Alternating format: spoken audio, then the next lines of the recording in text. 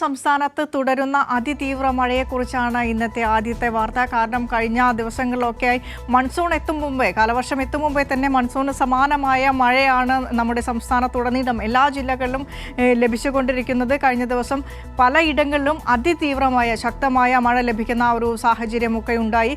സംസ്ഥാനത്ത് അതിതീവ്ര മഴ ഇനിയുള്ള ദിവസങ്ങളിലും തുടരും എന്ന് തന്നെയാണ് ഏറ്റവും ഒടുവിലായി വരുന്ന കേന്ദ്ര കാലാവസ്ഥാ വകുപ്പിന്റെ മുന്നറിയിപ്പ്.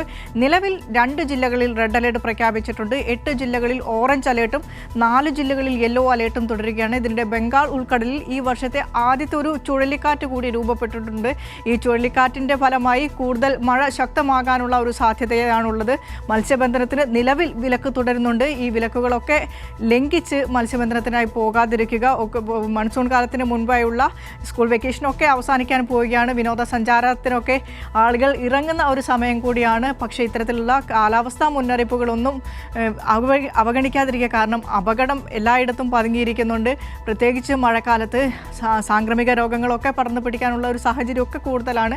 അത്തരത്തിൽ ജാഗ്രത നമ്മൾ പാലിച്ചേ പറ്റൂ. കാരണം ഇത്തരം അപകടങ്ങളൊക്കെ കുറയ്ക്കാൻ മാനസ മനോജാണ് തിരുവനന്തപുരത്ത് നിന്ന് വിശദാംശങ്ങൾ നൽകാൻ ചേർന്നത്. മാനസ, ഏറ്റവും ഒടുവിലായി വന്ന കാലാവസ്ഥാ മുന്നറിയിപ്പും ഒപ്പം ഓരോ ജില്ലകളിലെ അലേർട്ടുകളും. വിനിഷ, സംസ്ഥാനത്ത് അതിതീവ്ര മഴ മുന്നറിയിപ്പ് തുടരുകയാണ്. വരും ദിവസങ്ങളിലും ഇത്തരത്തിൽ തന്നെയായിരിക്കും സാഹചര്യം എന്നാണ് കേന്ദ്ര കാലാവസ്ഥാ വകുപ്പ് അറിയിക്കുന്നത്. അതോടൊപ്പം തന്നെ വരുന്ന 5 ദിവസത്തേക്കാണ് മഴ മുന്നറിയിപ്പുള്ളത്. ഇടിമിന്നലോട് കൂടിയ ശക്തമായ മഴയ്ക്കായിരിക്കും സാധ്യത എന്നും പറയുന്നു.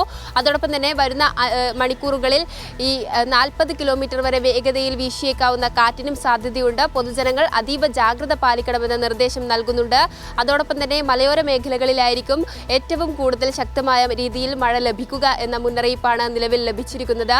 മലയോര ജില്ലകളിലാണ് അതിതീവ്ര മഴ മുന്നറിയിപ്പ് ഉള്ളത്. നാളെയും അതിതീവ്ര മഴ മുന്നറിയിപ്പ് ഇല്ലെങ്കിൽ കൂടിയും അതിശക്തമായ രീതിയിൽ മഴ ലഭിക്കുമെന്ന മുന്നറിയിപ്പാണ് നിലവിൽ ഉള്ളത്. അതുകൊണ്ട് പൊതുജനങ്ങൾ അതീവ ജാഗ്രത പാലിക്കണം. ഈ തീരദേശത്തും അതോടൊപ്പം തന്നെ മലയോര മേഖലകളിലും താമസിക്കുന്നവർ മാറി താമസിക്കേണ്ട സാഹചര്യം വന്നാൽ മാറി താമസിക്കണമെന്ന നിർദ്ദേശം നൽകുന്നുണ്ട്. മണ്ണിടിച്ചിൽ അതോടൊപ്പം തന്നെ ഉരുൾപൊട്ടൽ സാധ്യത കണക്കിലെടുത്താണ് ഇത്തരത്തിൽ ജാഗ്രതാ നിർദ്ദേശങ്ങൾ പുറപ്പെടുവിച്ചിട്ടുള്ളത്. തീരദേശത്തും ഈ വിഴിഞ്ഞം മുതൽ കാസർഗോഡ് വരെയുള്ള തീരപ്രദേശങ്ങളിൽ താമസിക്കുന്ന തീരദേശവാസികളും മത്സ്യത്തൊഴിലാളികളും കടലിലേക്ക് ഇറങ്ങരുത് എന്ന നിർദ്ദേശമുണ്ട്.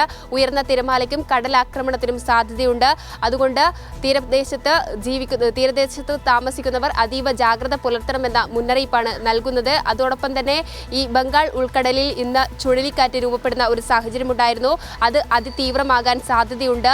കഴിഞ്ഞ ദിവസം രൂപപ്പെട്ട ചക്രവാത ചുഴിയും അതോടൊപ്പം തന്നെ ന്യൂനമർദ്ദ പാത്തിയുമുണ്ട്.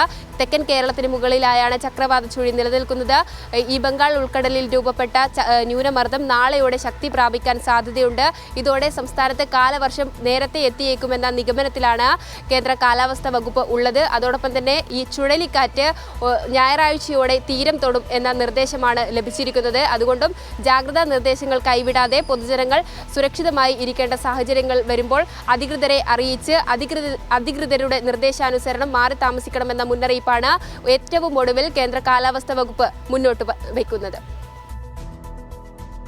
ശരി മാനസ പറഞ്ഞതുപോലെ തന്നെ നിരവധിയായ മുന്നറിയിപ്പുകളാണ് ഭരണകൂടത്തിൻ്റെ ഭാഗത്തുണ്ടാകുന്നത്. ഈ മുന്നറിയിപ്പുകളൊന്നും അവഗണിക്കാതിരിക്കുക. കാരണം തീരപ്രദേശങ്ങളിൽ കടൽക്ഷോഭത്തിനുള്ള സാധ്യതയുണ്ട്.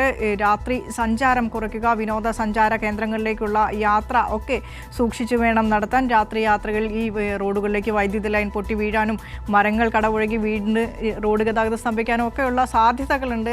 അതുകൊണ്ട് തന്നെ ഇത്തരം മുന്നറിയിപ്പുകൾ യാത്രയൊക്കെ പുറപ്പെടുമ്പോൾ ഈ മുന്നറിയിപ്പുകളെല്ലാം ഉൾക്കൊണ്ട് വേണം ഓരോ യാത്രയ്ക്കും പോകാൻ. മലയോര പ്രദേശങ്ങളിലാണെങ്കിൽ ഉരുൾപൊട്ടൽ സാധ്യത, മണ്ണിടിച്ചിൽ ഭീഷണി, അത്തരത്തിലുള്ള ഭീഷണികളൊക്കെ നിലനിൽക്കുന്ന സ്ഥലത്തെ ആളുകളോട് പ്രധാനമായും ജാഗ്രത പാലിക്കാൻ തന്നെ എപ്പോൾ വേണമെങ്കിലും മാറി താമസിക്കാൻ പറ്റുന്ന ഒരു സാഹചര്യത്തിലേക്ക് കാര്യങ്ങൾ പോവുകയാണെങ്കിൽ അതിന് സന്നദ്ധരായി ഇരിക്കണം എന്നുള്ള മുന്നറിയിപ്പുകളൊക്കെ നൽകുന്നുണ്ട്. ഈ കനത്ത മഴയെ തുടർന്ന് ഇന്ന് സംസ്ഥാനത്താകെ 6 ദുരിതാശ്വാസ ക്യാമ്പുകളാണ് തുറന്ന് പ്രവർത്തിക്കുന്നത്. സംസ്ഥാനത്ത് 32 ഇതുവരെ ലഭിച്ച മഴയുടെ ഒരു കണക്ക് കൂടെ പറയാം. 327.3 മില്ലിമീറ്റർ മഴയാണ് സംസ്ഥാനത്ത് ലഭിച്ചത്. കാരണം നേരത്തെ നമ്മൾ വെച്ചു, മൺസൂണിനേക്കാൾ മുൻപേ, കാലവർഷം എത്തുന്നതിന് മുൻപേ മൺസൂണിന് സമാനമായ ഒരു മഴയാണ് സംസ്ഥാനത്തുടനീളം കിട്ടിക്കൊണ്ടിരിക്കുന്നത്. മോശം കാലാവസ്ഥയെ തുടർന്ന് എല്ലാ താലൂക്കിലും കൺട്രോൾ റൂമുകൾ തുറന്നിട്ടുണ്ട്. ജില്ലാ ഭരണകൂടത്തിൻ്റെ മുന്നറിയിപ്പുകൾ അവഗണിക്കാതിരിക്കുക. എല്ലാ സമയത്തും അവൈലബിളായ രീതിയിൽ കൺട്രോൾ റൂമുകൾ പ്രവർത്തിക്കുന്നുണ്ട്. ഈ കൺട്രോൾ റൂമുകളുമായി ഒക്കെ ബന്ധപ്പെടുക, മുന്നറിയിപ്പുകൾ അവഗണിക്കാതിരിക്കുക.